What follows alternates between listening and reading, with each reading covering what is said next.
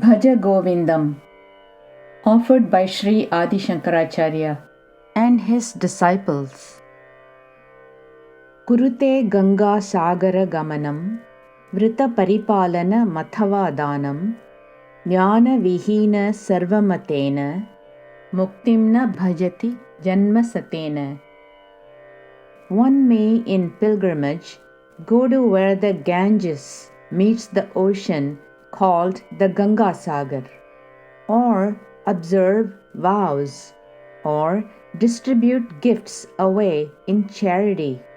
But if he is devoid of first-hand experience of truth knowledge, jnanam, according to all schools of thought, he gains no liberation, self-realization, even in 100 lives.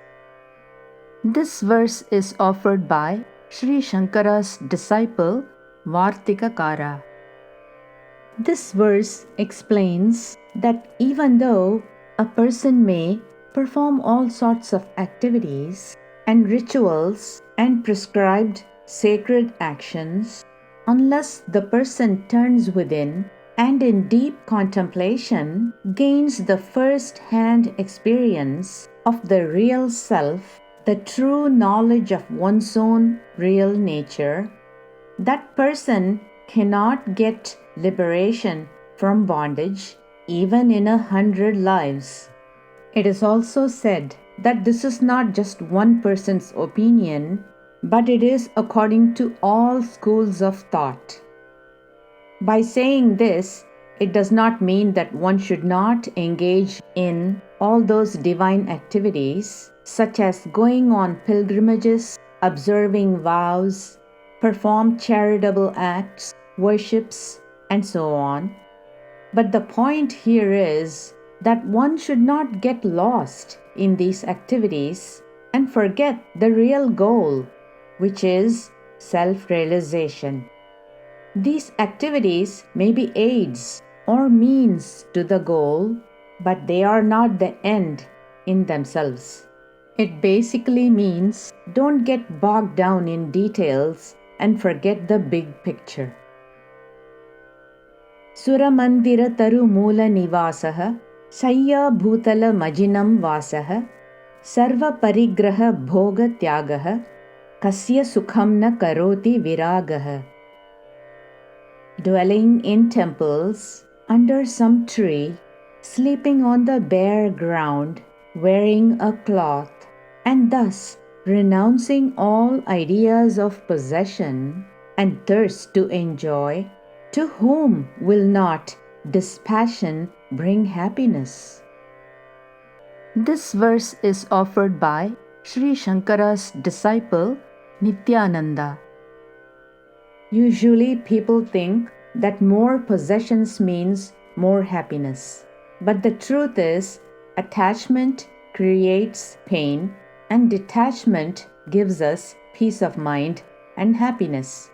Things themselves are no problem, but excessive attachment is a problem and causes unhappiness.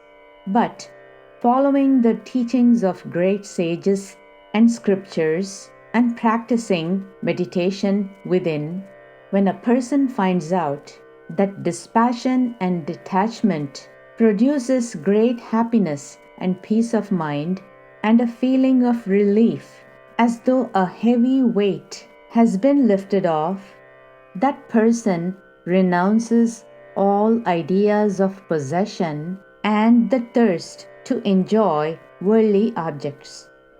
So this verse says, how can such a wise person be unhappy? His wisdom will only bring him happiness.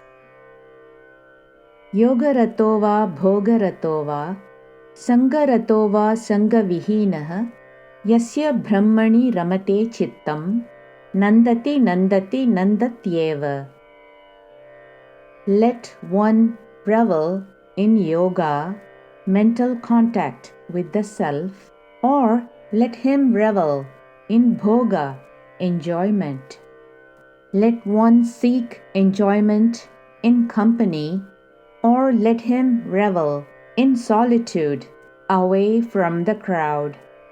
He whose mind revels in Brahman, supreme reality, he enjoys. He enjoys. Indeed, he alone enjoys.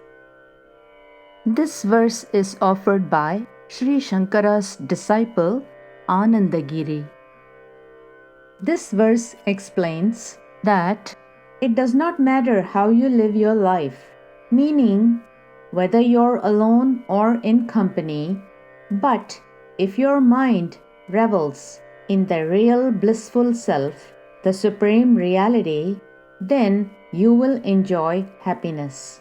In other words, let the body act as it may suit it, but keep the mind in the real self, and only such a person really enjoys. Bhagavad Gita Kinchita Dhita Ganga Jalalava Kanika Pita Sukridabhiyena Murari Samarcha Kriyate Tasya Yamena Na Charcha. To one who has studied the Bhagavad Gita even a little, he who has sipped at least a drop of Ganges water, he who has worshipped at least once the Lord Murari, to him there is no dispute with Yama, Lord of Death. This verse is offered by Sri Shankara's disciple Dhrida Bhakta. It is emphasized here that if you do any of these sacred acts mentioned in this verse, then you will be liberated from bondage. You no longer have to worry about death. Punarapi jananam punarapi maranam punarapi janani jatare shayanam iha samsare bahu dustare kripaya pare pahi murare. Again and again one is born. Again and again one dies. Again and again one lies in the mother's womb. This samsar, limitless sea of life, is very hard to cross over. Please save me, O Lord Murari, through your infinite kindness. This verse is offered by Sri Shankara's disciple Nityanatha. This verse gives us an example about how we should worship God. A self-realized sage who knows the truth and so abides in blissful reality, he need not worship or beseech God for anything. But by this verse, he shows us a way to worship God. Rathya charpata virachita kantaha punya punya vivarjita pantaha yogi yoga niyojita chitto ramate balonmattava deva. The yogi who wears just a godhadi shawl, who walks the path that is beyond merit and demerit, whose mind is joined in perfect yoga with its goal, he revels in God consciousness and lives thereafter like a child or like a madman. This verse is offered by Sri Shankara's disciple Nityanatha. This verse describes the state of a sage and the ways he lives his life. He may just wear a shawl made up of pieces of cloth rejected by others, picked up from the streets and stitched together, called a godhadi, a quilt. In other words, he may live a very simple life. However, he is beyond everything. His life is not affected by merit or demerit. He constantly abides in the self, in God consciousness, and therefore, because of his purity of mind and egolessness and innocence, he is likened to a child. And since he doesn't care about his body or about other things or people, he may act any way he wants. And in this sense, he is likened to a madman. But that does not mean that he is an ordinary person who is crazy. Kastvam koham kuta ayatah kame janani ko me tatah iti paribhavaya sarvam asaram vishvam tyaktva swapna vicharam. Who are you? Who am I? From where did I come? Who is my mother? Who is my father? Thus enquire, leaving aside the entire world of experiences that are essenceless and a mere dreamland born of imagination.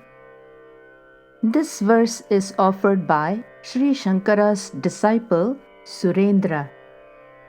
In the ordinary worldly sense, people seem to know who their parents are.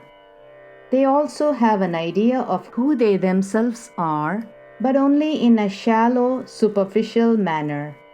But when you start thinking in spiritual terms, and when you turn inward and want to know your real nature, the eternal blissful self that is beyond birth and death, then you have to ask the questions that this verse specifies.